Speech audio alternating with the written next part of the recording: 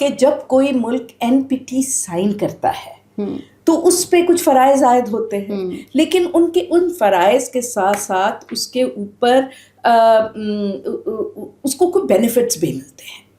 ایران کے کیس میں یہ ہوا ہے کہ ایران کے اوپر فرائض تو آپ لاد دیتے ہیں، یہ نہیں کریں گے وہ نہیں کریں گے، آپ کی انسپیکشنز ہوں گی سب کچھ، اور ایران انہیں فالو بھی کرتا ہے. لیکن ایران کو جو بینیفٹس ہیں وہ نہیں دیے جاتے. دیکھیں نا، under the NPT Iran has a right کہ وہ یورینیم کو ایک حد تک انرچ کرے، وہ اپنی انرجی کے لیے، اپنی میڈیکل کے لیے، اپنے اس کے کیا کہتے ہیں اور کاموں کے لیے، ایگریکلچر کے لیے، اس کو پیسفل پرپزز کے لیے استعمال کرے. اور Iran because of this hostility, especially from the West led by the Americans and the Israelis, وہ تو پچھلے 20-25 سال سے اس جنگ کا انتظار کر رہا تھا، اور اس کو اتنا زیادہ دیوار سے لگایا گیا، اکنامیکلی بھی، فائنینشلی بھی، ہر طرح کی پابندیوں اس پہ لگا دی گئی کہ انہوں نے انورڈ دیکھا، اور انہوں نے اس وقت ہر چیز جو ہے وہ انڈیجنائز کر لی ہے، چاہے وہ ان کا فوجی ہتھیار ہوں، چاہے ڈرونز ہوں، چاہے دنیا کی جو مرضی چیز ہو، اور ادروائز بھی وہ سیلف سفیشینٹ. تو یہ سارے آئی تھنک چیزوں کو رکھنا چاہیے تھا. They should have taken those into consideration. اب آپ کا جو سال کا آخری حصہ تھا، میں کوئکلی اس کا بھی جواب دے لوں کہ جو سچویشن اس وقت آپ کو نظر آ رہی، شروع میں تو لگ رہا تھا کہ جی گلف اور مڈل ایسٹ یونائٹڈ ہے، and they are showing restraint towards the Iranians, اور ایرانینز بار بار یہ کہہ رہے ہیں کہ جی ہم اپنے لیجٹمیٹ ٹارگیٹ سیٹ کر رہے ہیں، بیکاز اگر آپ کے ملک میں آپ نے یہ الاؤ کیا ہے کہ ہم پہ حملہ ہو، تو وہ جس جگہ سے حملہ ہو رہا ہے وہ ایک لیجٹمیٹ ٹارگیٹ بنتا ہے، اور UN میں بھی یہ درج ہے. تو وہ سویلین، تو انہوں نے کوئی بھی انسٹالیشن جو ہے اس کو حملہ نہیں کیا. سول انسٹالیشنز پہ تو امریکن اور اسرائیلی حملہ کر رہے ہیں نا، انہوں نے تو نہیں کیا. لیکن اب آپ دیکھتے جا رہے ہیں کہ تھوڑا سا سپلٹ آ رہا ہے. اس وقت آپ گلف میں دیکھیں تو کی کیا وجہ ہے واقعتاً، یہ میں آپ کو بتا دیتی ہوں جو میری انڈرسٹینڈنگ ہے. I could be totally wrong, but how I see it. اس وار کے بعد جس پوری طرح امریکہ کو اور اسرائیل کو مطلب basically to use a more common word پھیٹی چڑھائی ہے ایران نے، دے فیل کہ یہ یہاں سے چلے جائیں گے وار کو جلدی سے بند کر کے، تو ہمیں یہ پھر ایک بہت ریوائوڈ اور اسٹرانگ ایران جو کہ پھر شاید ہمارے خلاف ہو. ابھی تک تو ایران ان کے خلاف نہیں تھا، لیکن شاید پھر یہ ہمارے خلاف. تو آئی تھنک بحرین کو اور ان کو، اور بحرین میں تو آپ کو پتہ ہے کہ ان کا وہ ایک اپنا پورا اپنا نیٹ کام ان کا ہے، ہیڈ کوارٹرز ہیں، اور وہ اتنا سا تو جزیرہ ہے، گاڑی ریورس کریں تو ختم ہو جاتا ہے، اٹس ویری اسمال. تو آئی تھنک اس کی وجہ ہے کہ اس وقت آپ کو باقی مڈل ایسٹ اور گلف ایک طرف نظر آ رہا ہے، اور یہ دو ملک ایک طرف نظر آ رہے ہیں. اب اس میں کئی سیناریو ہو سکتے ہیں. یا تو یہ ہو سکتا ہے کہ یہ ورٹیکلی جنگ بہت زیادہ شدت اختیار کر لے، یا یہ ہو سکتا ہے کہ یہ ہاریزونٹلی پھیل جائے، لیکن یہ بھی ہو سکتا ہے کہ ابرپٹلی بند ہو جائے. کیونکہ دیکھیں نا، اس میں بہت سارے ایلیمنٹس ہیں جو کسی بھی وقت اس پہ اثر انداز ہو سکتے ہیں. تو اس وقت کچھ کہنا جو ہے کہ جی یہ کس رخ جائے گی، یہ ڈیفینیٹیولی تو بہت والیٹائل سی سچویشن ہے، فلوئڈ سی سچویشن ہے. لیکن لگ یہ رہا ہے کہ شاید یہ فی الحال جنگ بندی کی طرف جا رہی ہے. اچھا نغمانہ صاحبہ، آپ نے 3 نکات اٹھائے، اس میں یہ ہے کہ ہاریزونٹلی بھی پھیل سکتی ہے، ورٹیکلی بھی پھیل سکتی ہے، اور سب سے تیسرا اہم نقطہ بند بھی ہو سکتی ہے. تو جو بند ہونے والا لفظ ہے اس کی ایک امید اور ایک کرن جو ہے وہ پاکستان کے ساتھ جڑی, اور پاکستان نے جو جنگ بندی کا اپنا کردار اس میں ادا کیا. اسلام آباد کے اندر پہلے بھی تمام تر نگاہیں مرکوز تھیں اور 3 ممالک کے وزرائے خارجہ بھی اکٹھے ہوئے. پھر اسحاق ڈار صاحب کا ایک وزٹ ہوا چائنا کا, اور اب دوبارہ سے خبریں یہ سرکولیٹ کر رہی ہیں, رات گئے اس کو رائٹرز نے بھی رپورٹ کیا کہ اسلام آباد ایکارڈ بھی ایک ریڈی کر لیا گیا ہے, اور 2 مراحل میں یہ تمام تر پروسیس ہوگا کہ ایک تو جنگ بندی ہو جائے, عارضی جنگ بندی, اور اس کے بعد جو ہے کوئی لاہ عمل پیش کیا جائے. تو آپ سمجھتی ہیں کہ اگر اس طرح کا کچھ ہو جاتا ہے تو یہ بڑا اچھا موقع ہے پاکستان کے پاس؟ دیکھیے, اس سے پہلے کہ میں آپ کا سوال کا جواب دوں, میں صرف 30 سیکنڈز میں آپ کو یہ بتانا چاہوں گی کہ پاکستان کی بڑی لمبی ہسٹری ہے میڈیشن کی, اور پاکستان نے پاسٹ میں بھی بہت افیکٹو میڈیشن کی ہے, ایک نہیں بہت مواقع پہ. آپ کو یاد ہوگا کہ چین اور امریکہ کی جو فیسیلیٹیشن تھی ان کو قریب لانے کی, اور جس کے نتیجے میں پھر تائیوان کو ڈی سیٹ کر کے چائنا کو UN میں سیٹ ملی اور ویٹو کا حق ملا جو ان کا رائٹ فل پلیس تھا, اور ون چائنا پالیسی جو ہے وہ ایکسیپٹ کی گئی. وہ سارا کارنامہ جو ہے وہ پاکستان نے ہی انجام دیا. بالکل ایسا ہی ہے. پھر یمن کا دیکھ لیں آپ, سیریا کا دیکھ لیں آپ, سعودی عربیہ ایران کا دیکھ لیں. تو we have a long and a subtle history of being the mediators. اور ایران کے معاملے میں تو پچھلے سال بھی ہم نے بہت تگ و دو کی تھی. آپ نے دیکھا تھا کہ پرائم منسٹر بھی, فارن منسٹر بھی, ہر کوئی آگے پیچھے بھاگ رہا تھا, اور ملٹری ڈپلومیسی بھی بہت پوری شدت سے جاری اور ساری تھی. اس دفعہ بہت گمبھیر صورتحال ہے, اور اس میں شروع سے پاکستان انوالوڈ ہے کہ اس کو پہلے تو اس میں انوالوڈ تھا کہ یہ نہ جنگ شروع ہو. آپ کو یاد ہے اس میں بھی 3-4 ہفتے ریٹورک چلتا رہا تھا کہ ایک بیڑا آ گیا دوسرا. اس وقت بھی پاکستان کی بہت خاموش ڈپلومیسی چل رہی تھی, گلف میں بھی, مڈل ایسٹ میں بھی, ایران میں بھی, امریکہ میں بھی, یورپ میں بھی, کہ جی یہ نہیں ہونا چاہیے. خیر وہ ہو گیا, اور جب سے وہ ہوا ہے کانسٹنٹلی پاکستان جو ہے آپ دیکھیں کہ کنسلٹیشنز میں ہے, کبھی ترکی کے ساتھ, کبھی ایجپٹ کے ساتھ, کبھی سعودیہ کے ساتھ, کبھی چائنا کے ساتھ, اور ان باقی ممالک کے ساتھ کانسٹنٹلی 24, امریکہ کے ساتھ 20, یورپ کے ساتھ بھی 24/7 پاکستان کا جو دفتر خارجہ ہے, پرائم منسٹر ہے, اور ملٹری ڈپلومیسی میں آف کورس آپ کے فیلڈ مارشل صاحب اور ان کے ساتھی جو ہے, کیونکہ جنگ میں دیکھیں ہر طرح کی آپ کو ڈپلومیسی چاہیے. آپ کو اپنے جرنلزم ڈپلومیسی بھی چاہیے, ملٹری ڈپلومیسی بھی چاہیے, اور جو ایک ٹریڈیشنل نیگوسیشنز اور ڈپلومیسی ہوتی ہے اس کی بھی بہت ضرورت ہوتی ہے. سب چیزیں مل کے کام کرتی ہیں تو ایک افیکٹو ڈپلومیسی سامنے آتی ہے.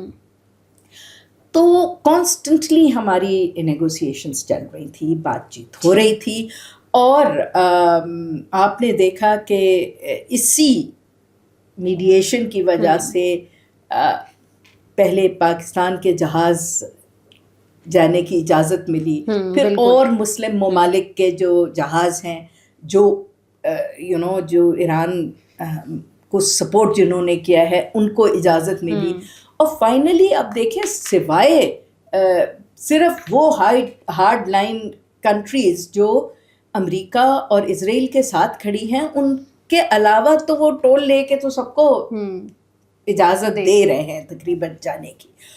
تو اب اس میں دیٹس another فیکٹر کہ امریکہ بہت پریشان ہے. ایک تو یہ وار جو ہے وہ اپنے اندر بہت انپاپولر ہو گئی ہے, دوسرے آپ نے اس میں دیکھا ہے کہ نہ پیسیفک کی کنٹریز آسٹریلیا وغیرہ, یہ نہ یورپ, نہ ان کا نارتھ امریکہ کینیڈا وغیرہ یا ساؤتھ امریکہ, کوئی بھی ان کے ساتھ نہیں کھڑا ہوا امریکنوں کے ساتھ, اور پاکستان ہر جگہ انوالوڈ ہے سب کو سمجھانے کے لیے کہ اس جنگ بندی میں اپنا اپنا آپ حصہ ڈالیں. اور دیکھیے اس میں پہلے جب یہ لیٹس سے کہ مور فارمل پروسیس شروع ہوا ہے.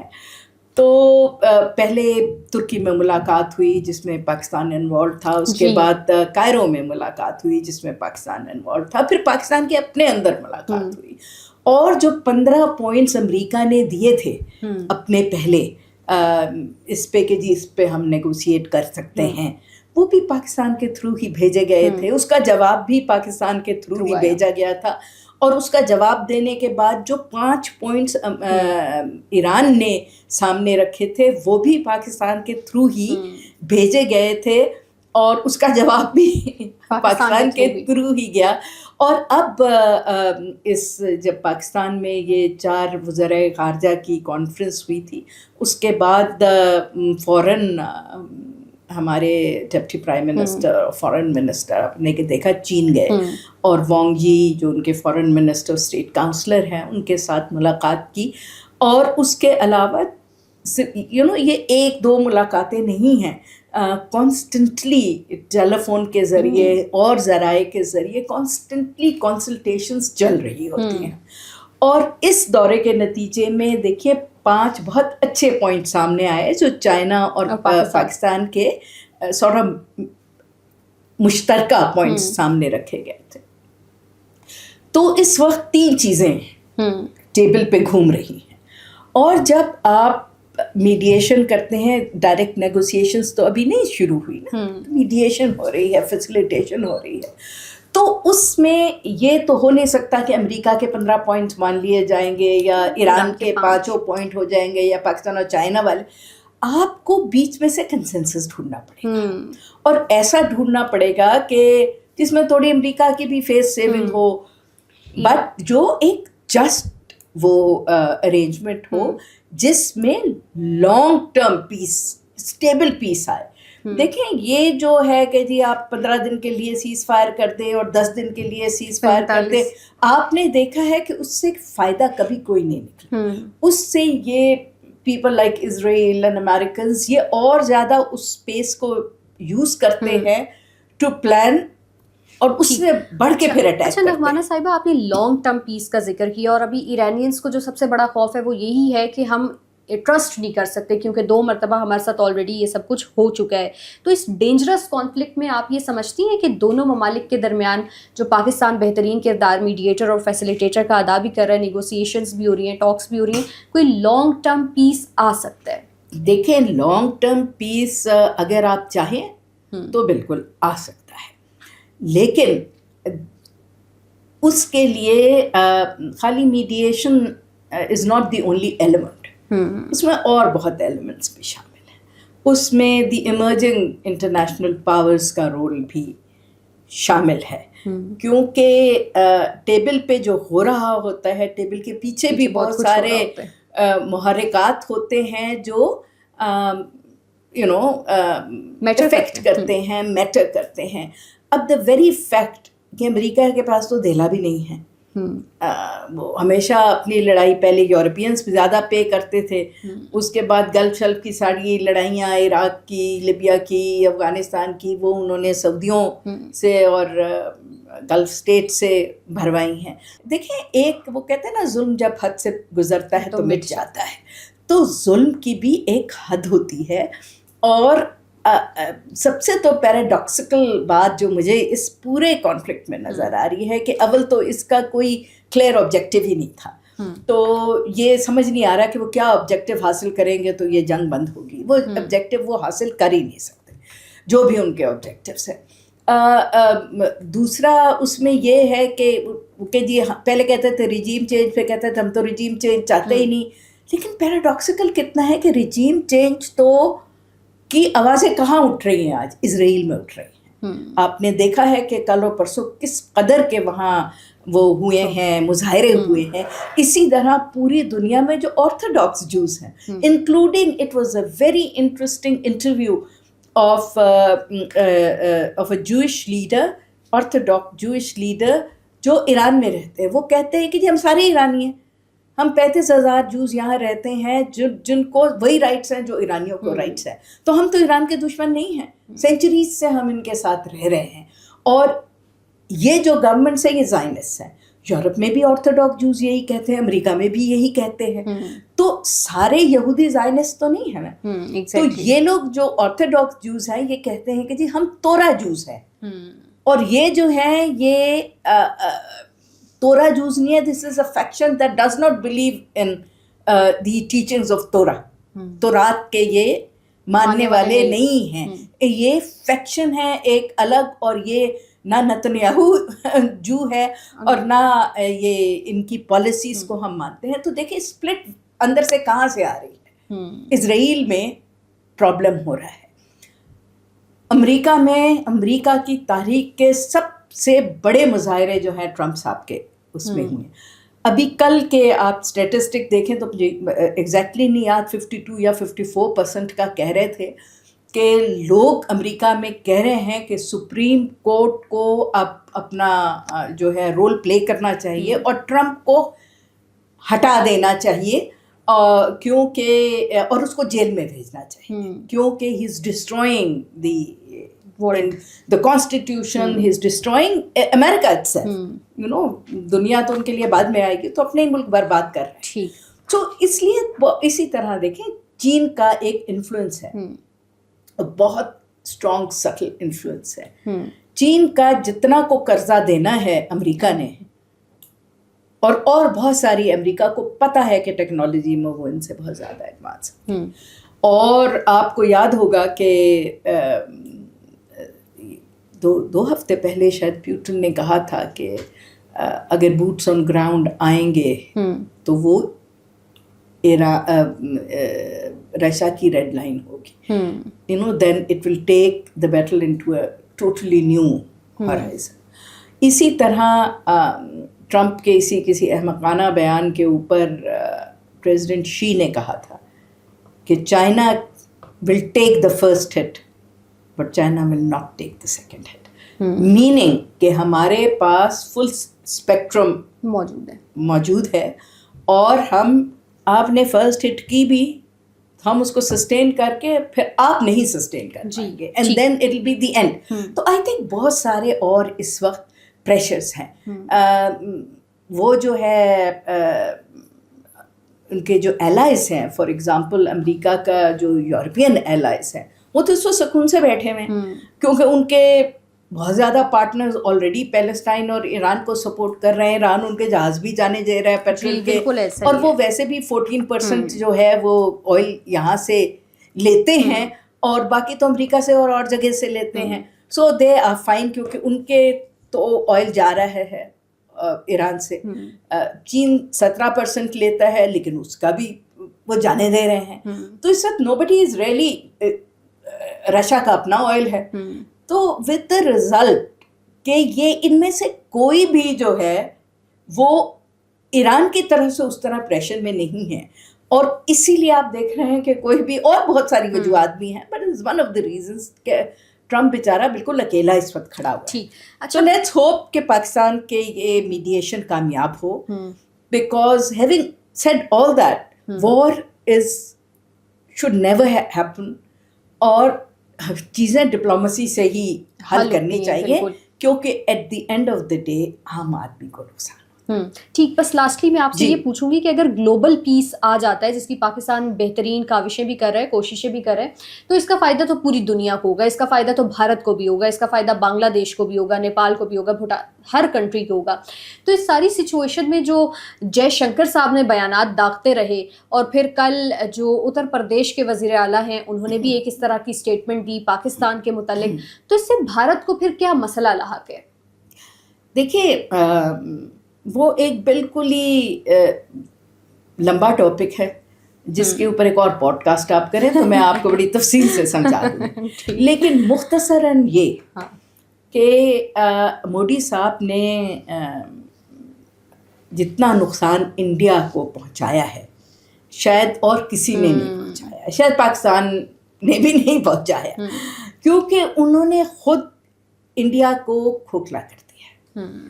انڈین ڈیموکریسی آج مذاق بن گئی ہے, یہاں تک کہ ان کے ہیومن رائٹس ریکارڈ پہ اور ان کے جو جو وہ کر رہے ہیں مسلمانوں کے ساتھ، اپنی مائنورٹیز کے ساتھ باقی، اور جس قسم کا وہ بیسیکلی تو وہ آپ کہہ لیں کہ ہندو طالبان ہیں، بلکہ ان سے بھی زیادہ آگے نکل چکے ہیں.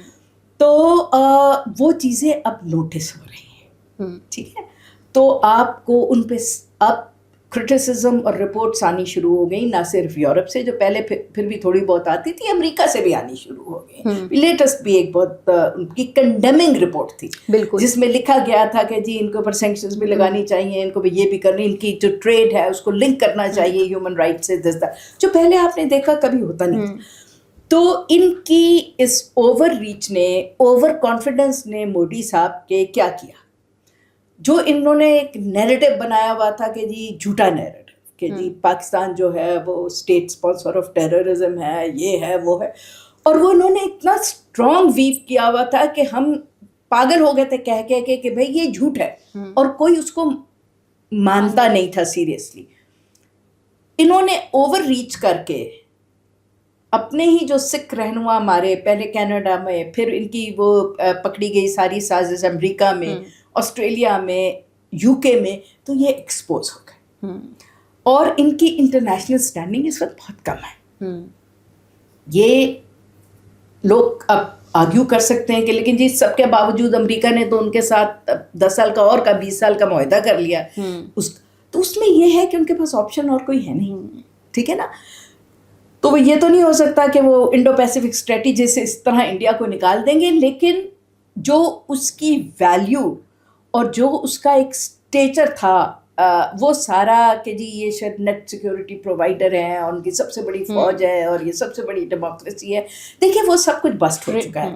اور خاص طور پہ پچھلے مئی میں جو ہم نے ان کا برکس بنایا، اس سے تو یہ بات بالکل کلیئر ہو گئی ہے کہ یہ ایسے ہی پانی کا بلبلا ہے جو کسی بھی وقت کہیں پہ بھی بیٹھ سکتا ہے. اب یہ ساری فرسٹریشنز جو ہے، اور اس کے بعد جو انہوں نے ان کی جو یہ بہت ہی مایوپک نیرو ہندوتوا پالیسی ہے، اس میں تو آپ غیر ہندوؤں کو تو چھوڑیں، وہ تو اپنی لوور جو 2 کاسٹ ہیں، شودرز اور دلت، ان کو بھی پرسیکیوٹ کرنے کے اوپر پڑے ہوئے ہیں. اور جے شنکر صاحب کے لیے تو میں ایک ہی جملہ کہوں گی کہ وہ بالکل ناکام فارن سیکرٹری تھے اور ناکام فارن منسٹر تھے، کیونکہ انہی کے دور میں یہ اس طرح آئسولیٹ ہوا ہے انڈیا، اس طرح اس کا امپریشن کم ہوا ہے. تو دیٹ مینس رانگ ایڈوائس ہی گئی ہے نا. اور جہاں تک وہ کل انہوں نے ان کے ایک لیڈر نے کہا، تو انہوں نے کل کیا کہا کہ جی یہ سارے در انداز ہیں، وچ مینس کہ سارے پارسی، سارے جو کسی بھی ملک سے 14-15 صدیاں پہلے یہاں آئے تھے، اور خاص طور پہ مسلمان، یہ سب یہاں سے نکالیں گے ہم. بھائی یہ تو دنیا میں کہیں نہیں ہوتا. تو دیکھیں یہ بہت ضروری ہے کہ ایران کی اور یہ امریکہ اسرائیل کی جنگ اب کسی کروٹ بیٹھے، اور اس میں کوئی جو ہے جسٹ امن کی وہ ہو. یہ نہیں ہو سکتا کہ امریکہ صاحب بہادر جو ہیں ان کی ساری ٹرمز مانی جائیں، یہ نہیں ہوگا. Iran is very strong. اور ورلڈ پیس کی آپ نے بات کی، تو آئی تھنک ورلڈ پیس سے تو ابھی ہم بہت دور ہیں، نہ کبھی تھی نہ کبھی آئے گی. اور آج ایران ہے، کل انڈیا ہوگا، کل کوئی اور ہوگا. تو یہ جنگیں تو چلتی رہیں گی، ازل سے چل رہی ہیں، ابد تک چلتی رہیں گی.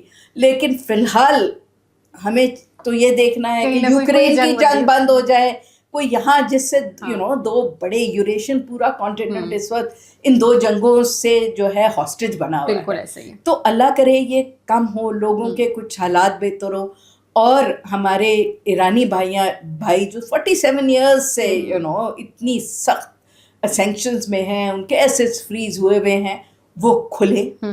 اور یہ جو میں تو یہی کہوں گی، sorry again for using a very local سا ورڈ، بٹ یہ تو پولیٹیکل بدماشی ہے نا. تو یہ آپ نہیں کب تک آپ برداشت کریں گے کہ جس کے پاس ذرا سی پاور ہے وہ ڈنڈا لے کے کھڑا ہو جائے، اور جو اپنی مرضی ہے اس میں، چاہے پھر بچے آئیں، چاہے عورتیں آئیں، چاہے سویلائزیشنل اسٹیٹ آئے، آپ ہر ایک کو ملیا میٹ کرتے ہوئے چلے جائیں گے. This is not acceptable. بہت شکریہ, thank you so much for gracing our studio with your presence. انشاءاللہ آپ لوگوں سے ملاقات ہوگی نیکسٹ پوڈ کاسٹ میں. اپنا خیال رکھیے. اللہ حافظ.